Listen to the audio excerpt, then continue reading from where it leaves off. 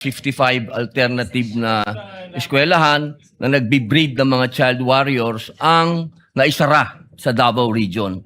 Ituloy ko lang, noong August 6, 2024, nagkaroon ng committee hearing ang public order at sinasabi na 102 schools nationwide were identified as recruitment.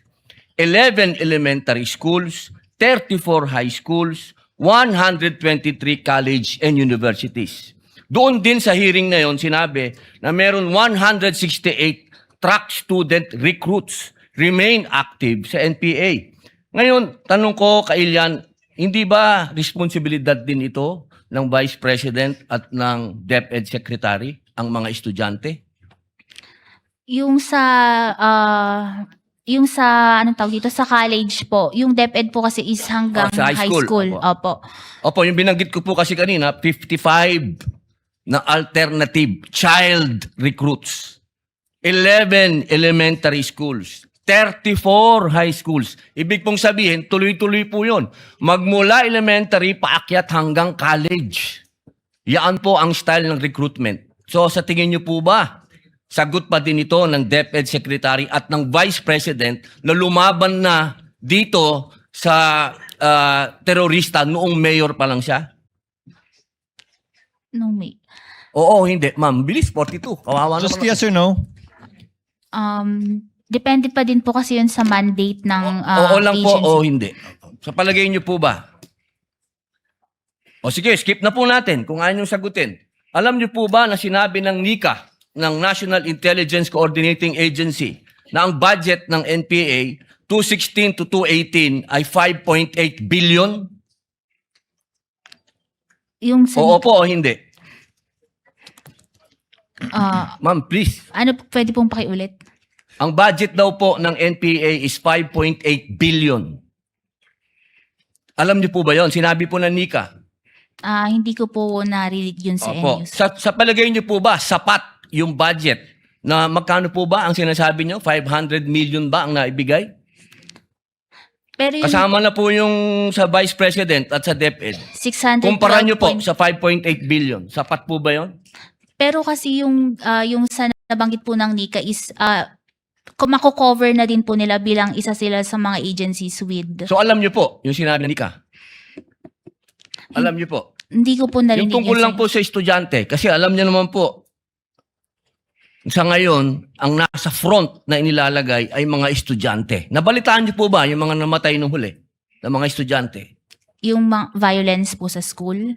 Opo, ito na lang po. 8 seconds na lang po ako. January 1, 2024, sinabi po ng AFP na there is no more guerrilla active front.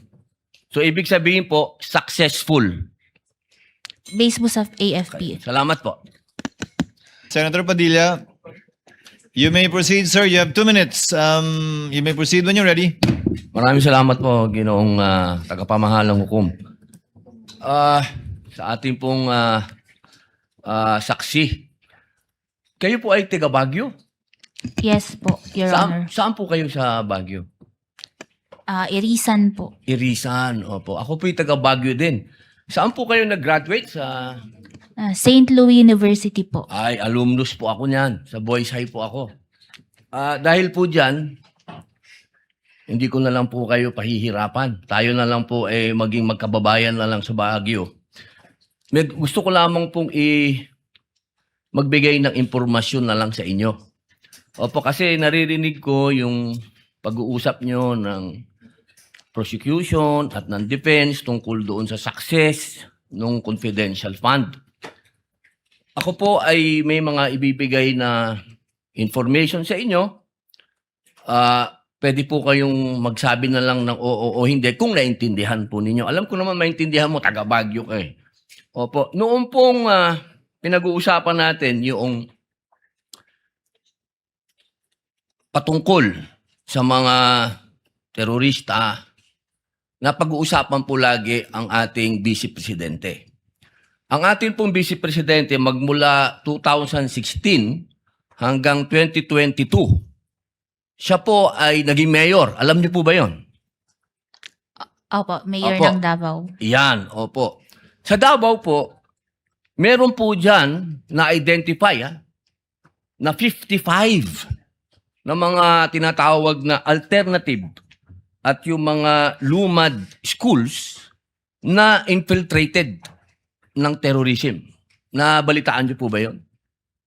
Hindi po ako hindi ko po gaanong napakinggan po yun. Hindi po ako aware doon. Opo.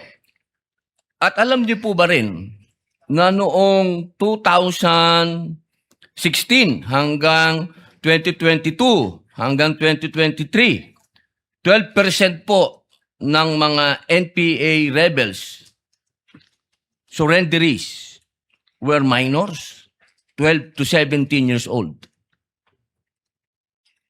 Hindi po ako aware doon po. Maubos na po yung aking second round na lang po ako. Salamat, kabayan. Kailian, tuloy ko lang. Gusto ko lang sundan kanina, sinabi ko merong 55 alternative na eskwelahan na nagbe-breed ng mga child warriors ang naisara sa Davao Region. Ituloy ko lang, noong August 6, 2024, nagkaroon ng committee hearing ang public order at sinasabi na 102 schools nationwide were identified as recruitment. 11 elementary schools, 34 high schools, 123 college and universities.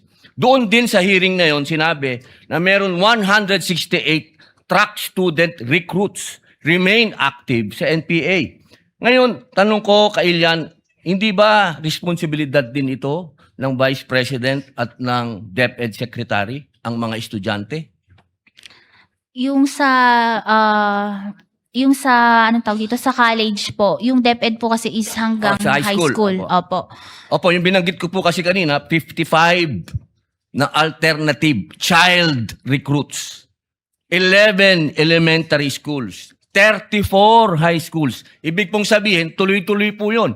Magmula elementary, paakyat hanggang college. Yan po ang style ng recruitment. So sa tingin niyo po ba, sagot pa din ito ng DepEd Secretary at ng Vice President na lumaban na dito sa terorista noong mayor pa lang siya? No, may. Oo, hindi. Ma'am, bilis, 42. Kawawa Just naman. yes or no? Depende pa din po kasi yun sa mandate ng Oo lang po agency. o hindi. Sa palagay niyo po ba? O sige, skip na po natin kung ayaw niyong sagutin. Alam niyo po ba na sinabi ng NICA, ng National Intelligence Coordinating Agency, na ang budget ng NPA 2016 to 2018 ay 5.8 billion? Yung sa Oo po o hindi? Ma'am, please. ano pwede pong pakiulit? Ang budget daw po ng NPA is 5.8 billion. Alam niyo po ba yon? Sinabi po ng NICA. Hindi ko po narinig yun sa Opo. news. Sa palagay niyo po ba, sapat yung budget na magkano po ba ang sinasabi niyo? 500 million ba ang naibigay? Pero yung Kasama na po yung sa Vice President at sa DepEd. 612 Kumpara niyo po point- sa 5.8 billion. Sapat po ba yon?